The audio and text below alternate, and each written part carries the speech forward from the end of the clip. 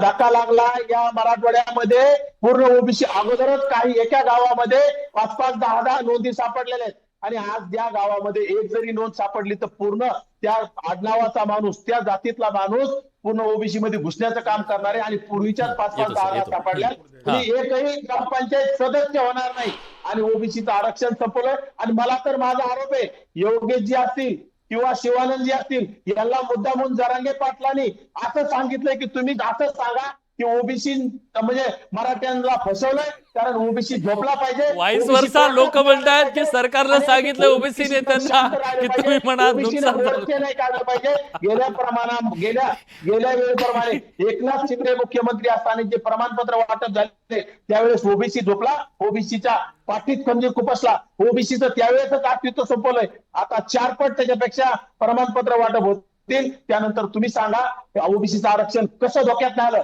आणि ओबीसी नेते राजीनामा देणार का?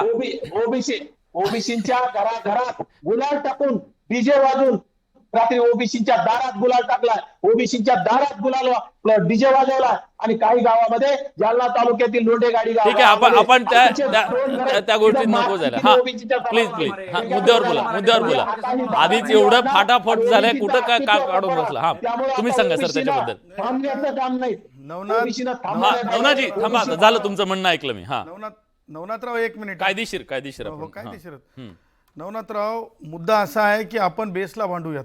मी तुम्हाला सांगतो की माजी न्यायमूर्ती सन्माननीय शिंदे साहेबांची जी नियुक्ती आहे ही मुळातच चुकीची आहे. कारण ते मागास आयोग नाहीत, ते मागास आयोगाचे अध्यक्ष नाहीत, ते मागास आयोगावर नाहीत आणि त्याच्यामुळे त्यांना त्यांच्या समितीचे जे काही ते म्हणत आहेत की नोंदी सापडल्या ह्या नोंदीच्या आधारे मी तुम्हाला सांगतो माझ्या एकूण कारण मला असं वाटतं की नाही ना तेच तर प्रॉब्लेम. विलास मी मागच्या एका डिबेटमध्ये बघितलं it should not be a blunder mistake. लक्षात ठेवा अधिकार कुणाला दिलेले आहेत तर अधिकार मागास आयोगांना दिलेले आहेत आणि मागास आयोगांनी त्याच्यावर अभ्यास करायचा आहे, त्याच्यावर शिफारशी करायच्या आहेत आणि त्याच्यामुळे परसे त्यांनाही माहिती आहे. तुम्ही जर काही जरंगेच्या आंदोलनाच्या वेळेस म्हणजे एका वर्तमानपत्रानं मोठ्या वर्तमानपत्रानं लार्जली सर्क्युलेटेड वर्तमानपत्रानं एक संदर्भ देत सांगितलं होतं की ह्या नोंदी मागास ठरवण्यासाठी पुरेशा नाहीत. आणि त्या नोंदी काय आहेत सांगतो तुम्हाला. त्या नोंदींमध्ये काय झालेलं आहे की लोकसंख्या आलेल्या आहेत. लक्षात ठेवा. आता त्याच्या पुढे जाऊन जर आपण विचार केला तर त्या नोंदीच्या आधारे मराठवाड्यातल्या माझ्या मराठा भावांना मागास ठरवताच येत नाही. का तुम्हाला सांगतो की प्रत्येक भूभागानुसार मागासले पण आहे. माझा जो कैकाडी भाऊ आहे ना मराठवाड्यातला तो विदर्भामध्ये शेड्यूल कास्ट आहे म्हणजे महार मांग ढोर चंबारा सोबत आहे. तो तेलंगणामध्ये तो शेड्यूल ट्राईब आहे कारण ते भूभागावरला मागासले पण आहे. आता माझा जो कुणबी भाऊ आहे ना सांगतो मी एकच मिनिट विलास. कोकणातला जो कुणबी भाऊ आहे ना तो मागास आहे लक्षात ठेवा. परंतु माझ्या मराठवाड्यातला जो भाऊ आहे ना तो भाऊ त्या सबबीमध्ये ओबीसीच्या सबबीमध्ये येत नाही. परंतु तो माझा जो भाऊ आहे ना तो कुणबी म्हणून तो याच्यामध्ये विदर्भामध्ये येतो कारण तिथं तिरुळे कुणबी तिथं खेडुले कुणबी. हे काय हे सामाजिक अपंगत्व नुसतं मागासलेपण नाही विलास लक्षात घ्या तुम्ही. सामाजिक मागासलेपणासोबत सामाजिक अपंगत्व आवश्यक आहे.